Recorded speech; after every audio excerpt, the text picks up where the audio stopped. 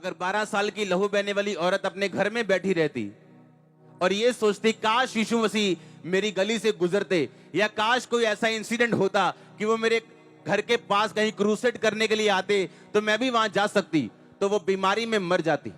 पर बाइबल कहती उसने फैसला किया कि जहां पे प्रभु यीशु मसीह गुजरेंगे, मैं बीमार हूं लेकिन फिर भी चल के जाऊंगी, छू नहीं सकती लेकिन अपनी पूरी कोशिश करूंगी मरते दम तक, जब तक मैं उसको छू ना लूं। जब मरियम प्रेग्नेंट हुई उसने क्या कहा?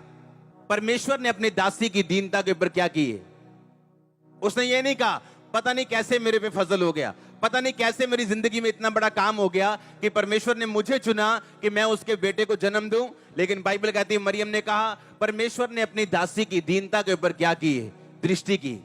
इसका मतलब कुछ भी अपने आप इस धरती पे नहीं होता।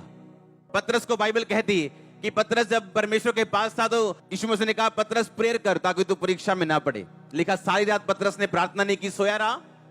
यीशु मसीह ने प्रार्थना की, अगले दिन कौन परीक्षा में फंसा? एक लेडी ने बोला ए तू वही है ना यीशु मसीह के साथ रहता? कहता चल चल झूठ बोल रही है तू। आगे चला गया और एक और आई, कहती तू वही है ना, तेरी बोली तेरा भेद खोलती है, तू वही पतरस है जिसका कान उड़ाया था। वो बोलता तू वही नहीं जिसने मेरा कान उड़ाया था। कहता लांती हो जो यीशु मसीह को जानता हो। और जब यीशु मसीह जी उठे और स्वर्गदूत यीशु मसीह के दाहिने जहां रखा था, लाश रखी थी, जब यीशु मसीह जी उठे तो वो स्वर्गदूत वहां बैठा था, वहां लाश नहीं थी। लेकिन बाइबल कहती पतरस ने मन फिराया और यहूदा इस्करियोती की तरह वो आत्महत्या करने नहीं गया, बल्कि फिर से वो चेलों के साथ मिला और फिर से उनके साथ प्रार्थना करना उसने शुरू की। यीशु मसीह से मिला, यीशु मसीह को बोला, यीशु मसीह ने कहा पतरस क्या तुम मुझसे प्यार करता है? उसने कहा हां परमेश्वर मैं तुझसे प्यार करता हूं। उसने कहा मेरी भेड़ों को चरा।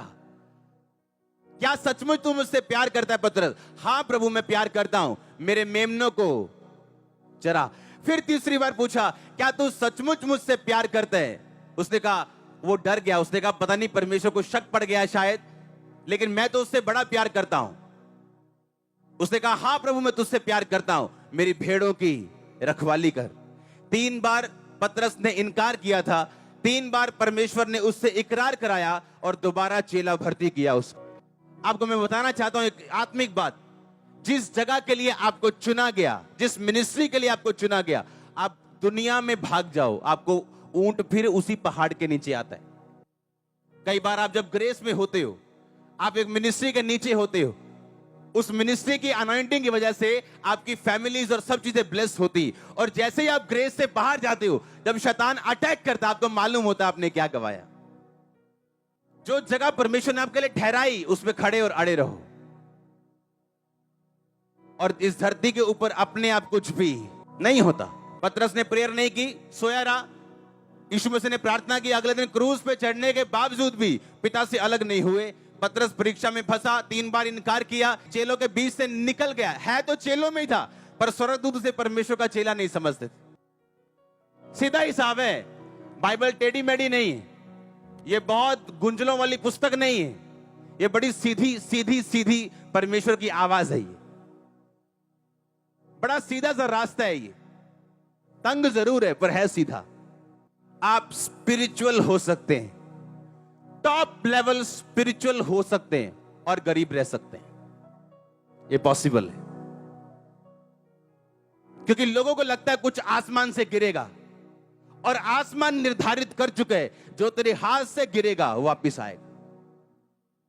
अपने मन में ठान के कुड़ के नहीं, वरन हर्ष से परमेश्वर के कामों के लिए दे।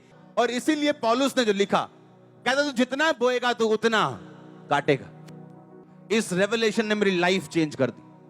मैंने कहा परमेश्वर को याद था। दाऊद ने कहा मैं अपना पर्सनल, क्योंकि राजाओं के पास अपना पर्सनल प्रॉपर्टी होती थी, उनके पास जमीनें होती थी पर्सनल, लोगों से टैक्स अलग आता था, वो टैक्स पब्लिक के कामों में यूज होता था। लेकिन राजा की पर्सनल जमीनें होती थी जहां की फसलें आती थी, राजा के पर्सनल गिफ्ट्स आते थे, लोगों से सोना आता, चांदी आती थी। 110 टन सोना उसकी पर्सनल ऑफरिंग थी। और परमेश्वर ने कहा डोंट वरी, तू मुझे हरा नहीं सकता।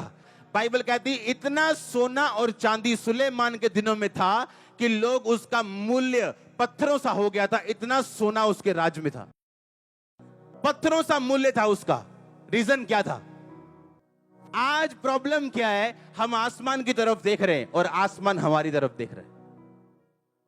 और प्रभु नीचे बाइबल रख के बैठा कि भाई तू कब बाइबल पढ़ेगा, कब सीक्रेट पढ़ेगा, कब तुझे मालूम होगा कि अपने आप कुछ भी धरती पे नहीं होता।